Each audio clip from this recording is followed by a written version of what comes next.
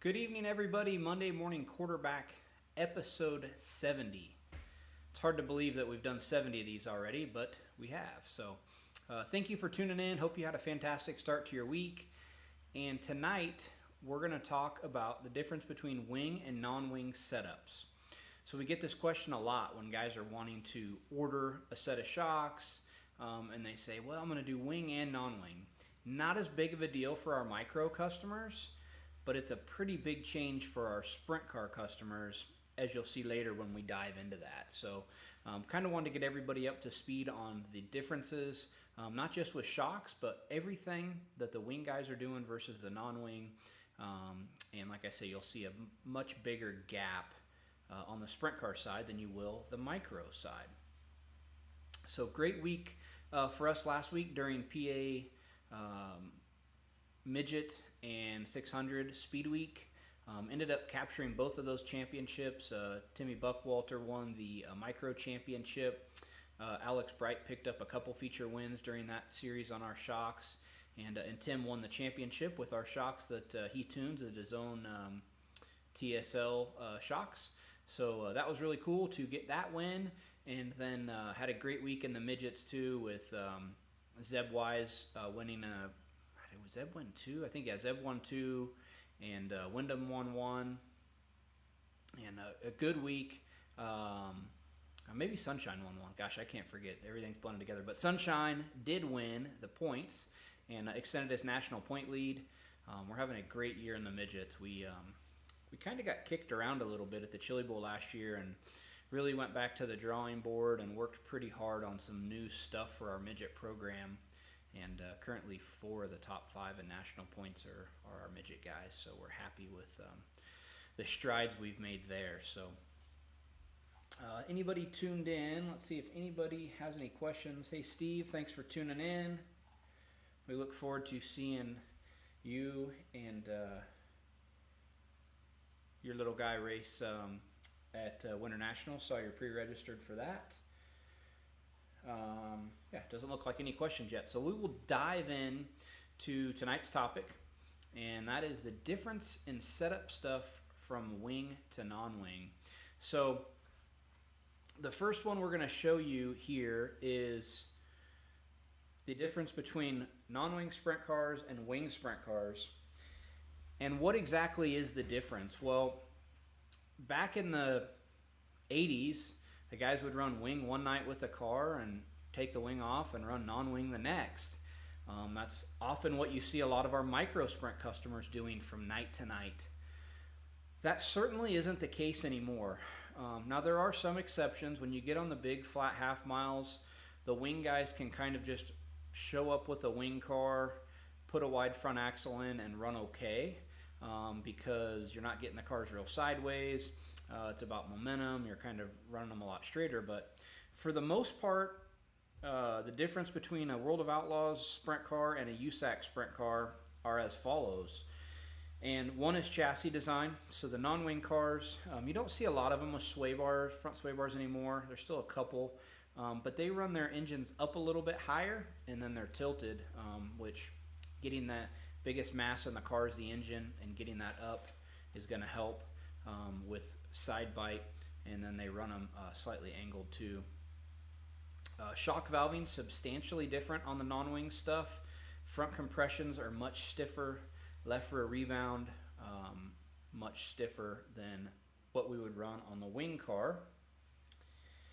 And the shock length is going to be different too. So on the wing sprint car, we're running a shorter bodied left rear to get the right bump gap. And typically we're having to run like a shorter left front to get enough down travel. So oftentimes the lengths are different, wing to non-wing. As I mentioned earlier, the non-wing sprint cars are running a wider front axle.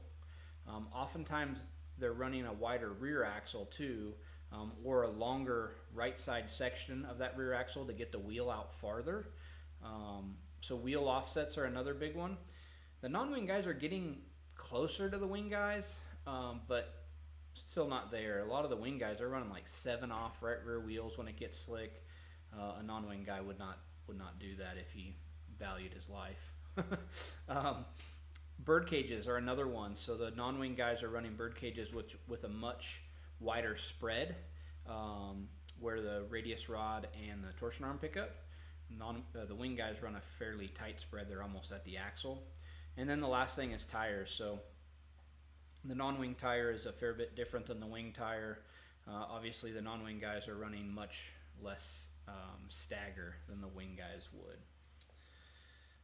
So that kind of encompasses all the major changes to go from wing to non-wing. So as you can imagine, when somebody calls to order a set of shocks and they say, well, I kind of want to do both with them, it's like pick one or the other, and we can give you some adjustments where you could get through a night of non-wing racing if you choose.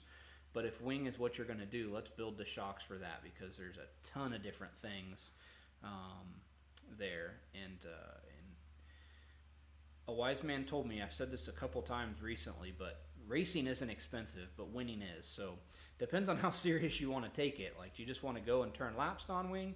Well, you can probably do it without all those things. You don't need a different chassis. You don't need different bird cages. You don't need all that stuff to go around the racetrack. But if you want to compete at the highest level, the sports became very refined, and the non-wing guys have been refining their cars the past 10, 15, 20 years, as well as the wing guys have. And so what used to be take a wing off, put a wing on, has evolved to this big gap. And same thing happened dirt pavement. Guys used to run the same cars on both, and then started building pavement only cars, and that gap got so big that you couldn't compete with a dirt car on asphalt. It's kind of the same wing and non-wing sprint cars anymore.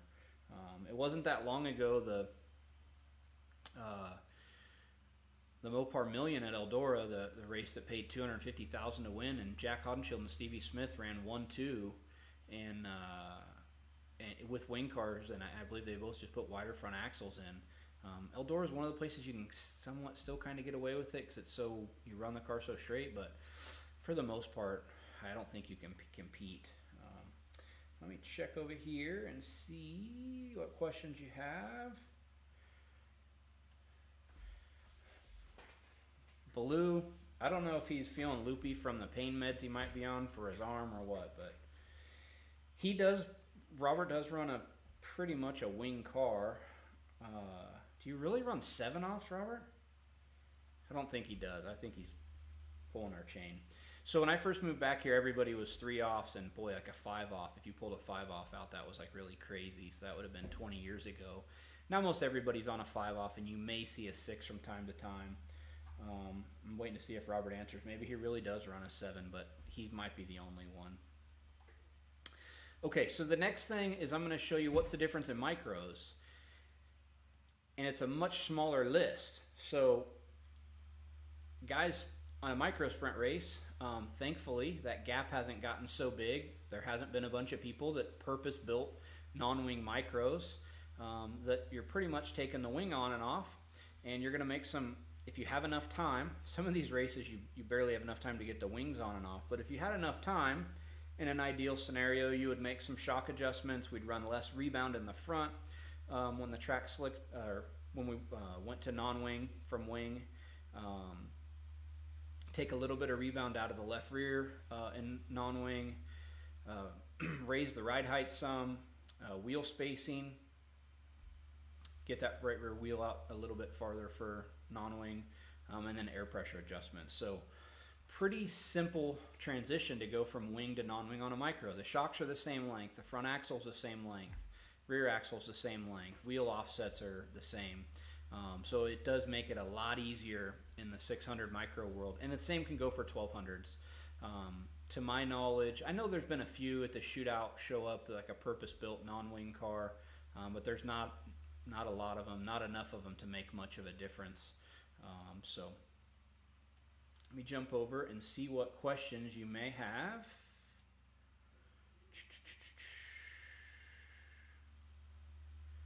So Baloo isn't yanking our chain. 7 off on the big track. I think he's probably the only guy, though, that has balls big enough to do that.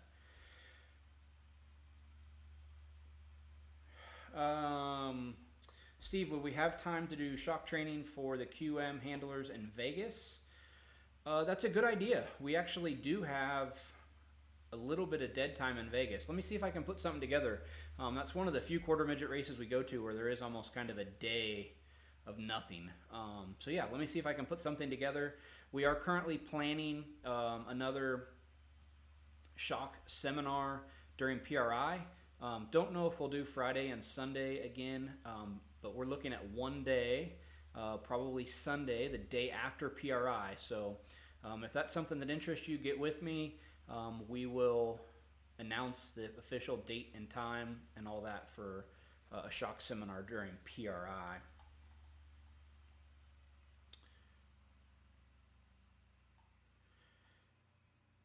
All right, so anybody else that's tuned in, do you have any questions pertaining to the wing and non-wing differences that we've been talking about, or any other question with your race program, pit logic question, anything we can answer for you? This week, typically we would be in Knoxville. We decided not to make that trip this year with everything we had going on. As a lot of you probably saw, we acquired Kevin Thomas steering gear business. So we're now rebuilding KSE, Lee, and Nichols Brothers steering gears and KSE pumps.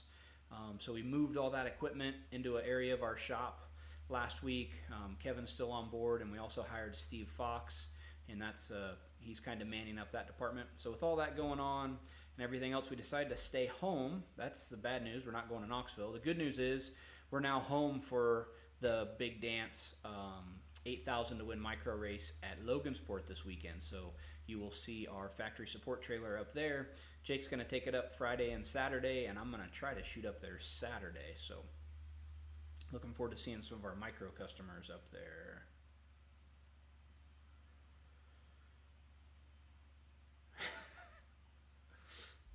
Okay.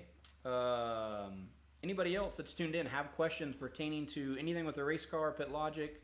Here to answer them for you. More than happy to do that.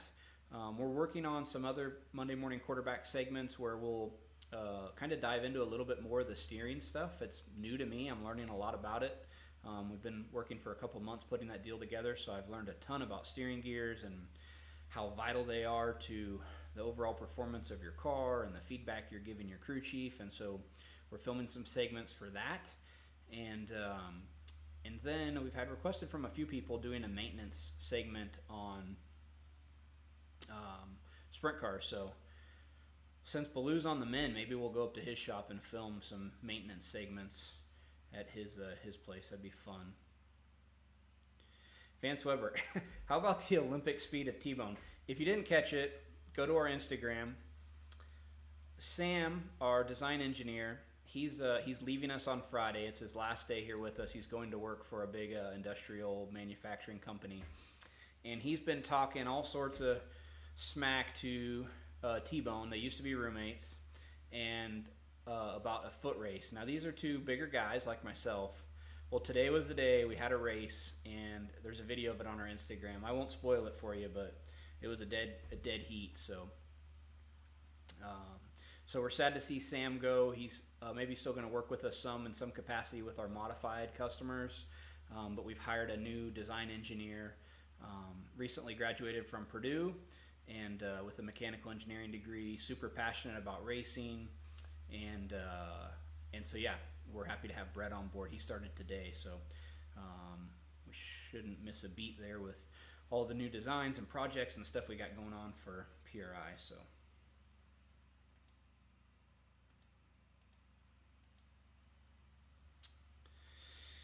Adam, when to use a tie down and not in a quarter midget? Sometimes we'll run a tie down shock, which is a shock with more rebound than compression. Sometimes we'll run that on the left side in heavier classes, trying to slow the transition of weight to the right side. Also in maybe like a junior class at a real high grip track, like a junior Honda class, anything with low power. And then on the dirt, sometimes we'll run them on the right, where we're trying to stick the right sides, and especially in the higher horsepower classes. So, Kevin, you're not silly. I think there's definitely something to it, as long as you got time to pull it off. Yeah. If you were gonna go to the shootout, say with a wing car and a non-wing car, I think there's several things you can do to your non-wing car, even some things shock valving wise, shock length wise, to really pick it up non-wing and help that. But typically, man, I went to a Now 600 race earlier this year at Port City, and it was everything a guy could do to get the wings off his car and get back in line before they went again, because they run the program through so fast, which is awesome. But when you're trying to do 2 classes with one car, it was pretty hectic.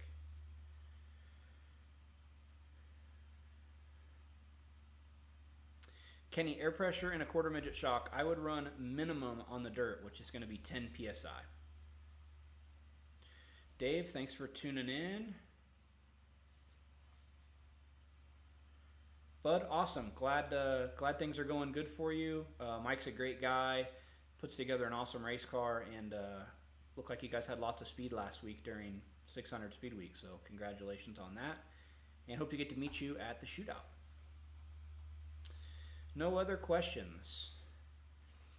All right, we'll call it a night tonight. Please like and share our video, and be sure to tune in again next Monday. And until next time, hope you guys have a fantastic week. Take care.